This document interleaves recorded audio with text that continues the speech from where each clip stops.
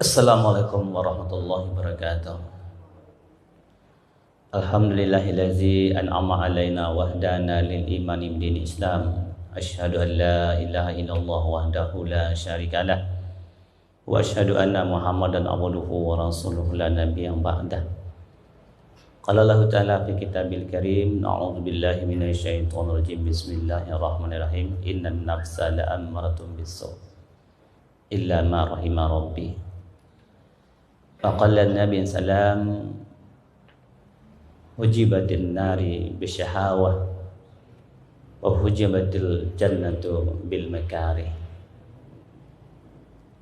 Bapak Ibu yang saya muliakan, syukur kita kepada Allah Azza wa Jalla, kemudian berselawat kita kepada Nabi Muhammad sallallahu alaihi wasallam.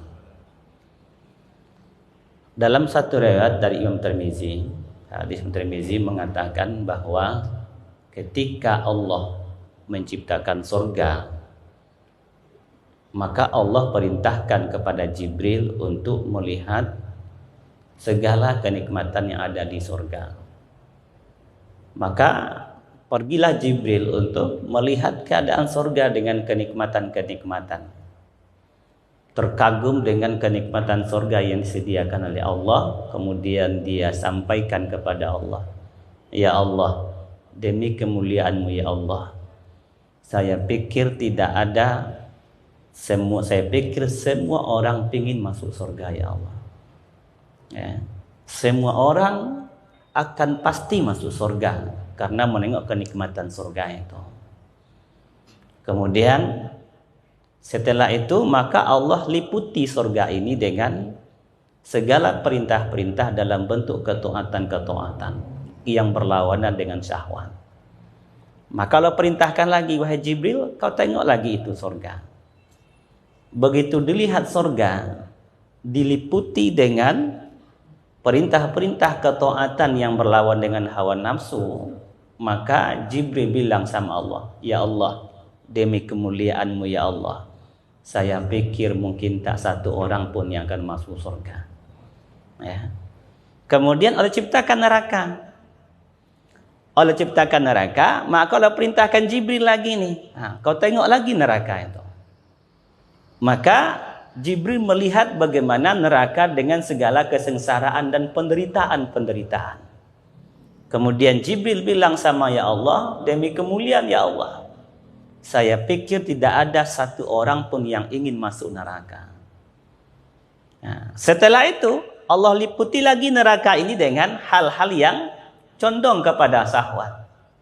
Maka Allah perintahkan, sekarang kau tengok lagi wahai Jibril neraka itu. Nah, pada saat Jibril menengok neraka itu, apa kata Jibril? Ya Allah, demi kemuliaan, saya pikir tak satu pun orang yang tidak akan masuk neraka. Artinya orang akan berbondong-bondong masuk neraka. Bapak Ibu yang dimuliakan Allah, dalam hadis riwayat Imam Bukhari Muslim, hadisnya pendek luar biasa. Ya, dari Abu Hurairah Nabi berkata, "Hujibatun naru bisyahawah." Dihiasi atau dihijab, dilapisi, disatir.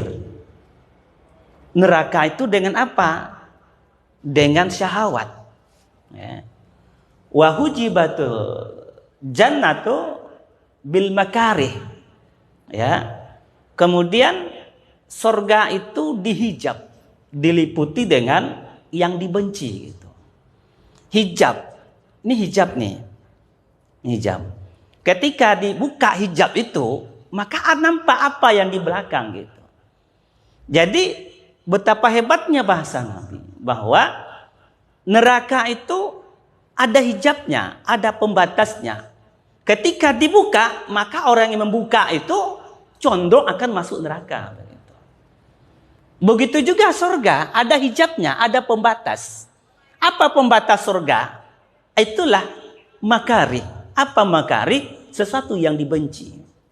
Ya, sesuatu yang dibenci, sesuatu yang berlawanan dengan syahwat. Ya, sesuatu yang berlawan dengan syahwat. Maka surga dan neraka itu adalah kalau begitu yang membuka hijabnya ya seseorang itu gitu. Ya. Siapa yang buka surga hijabnya? Ya kita. Siapa yang buka hijab neraka itu? Ya kita. Ya kita yang bukanya, Pak. Ya. Nah, hadirin berbahagia, lalu Nabi katakan bahwa memang neraka itu ada hijab, ada pembatas dengan kita. Apa neraka hijabnya? Hal-hal yang sesuai dengan syahwat. Apa itu?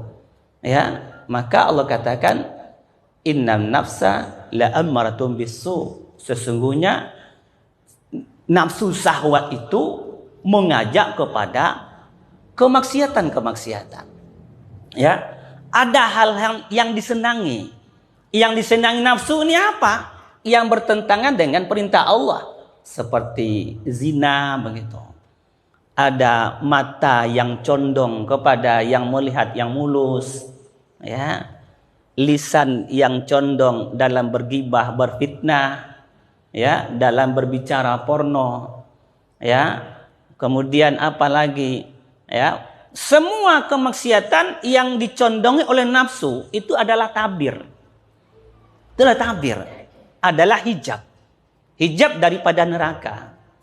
Ya. Kemudian apa lagi? Surga itu juga dihijab dengan apa? Dengan makarih. Makarih itu apa? Yang dibenci nafsu itu. Apa yang dibenci nafsu itu? Ketaatan. Ibadah yang sempurna, sholat, zakat, haji, dan segala macam. Ini adalah pembatas. Ini adalah pembatas. Nah, ulama mengatakan bagaimana mengaplikasikan hadis ini? Maka mereka mengatakan diantaranya, andaikan hari ini, ya katakanlah sholat umpama, azan sudah berkumandang, hayya 'alas shalah, hayya 'alal falah. Pada saat itu kita sudah mulai ada kemalasan, ada makarih, ya, ada kemalasan, ada makarih kita, ada susah kita. Ingat itu adalah hijab. Hijab untuk masuk surga. Maka ketika itu buka hijabnya cepat, jangan terus dibiarkan berhijab gitu. Nah, kalau kita ikuti nafsu itu tadi, malas tadi, berarti kita masih menutup hijab itu gitu. Ya, tapi ketika kita ada kemalasan dalam sholat, orang sudah azan berkumandang, katakanlah pagi tidur masih nyenyak, azan as-sholatu khairum minan naum. Ya, sholat itu lebih baik daripada tidur. Ada malas, capek, latihan, ngantuk, itu hijab loh. Itu batasan, buka cepat. Jangan tak dibuka, itu kesempatan yang luar biasa untuk masuk surga. Ya, seperti itu dia. Begitu juga umpama, ya, kita sudah ada kemampuan untuk berzakat, umpama berzakat kita, tapi ada kemalasan. Banyak pitinya mah mengeluarkan, ya, kalau 5 miliar zakat yang mau dikeluarkan, masya Allah betapa besar zakatnya.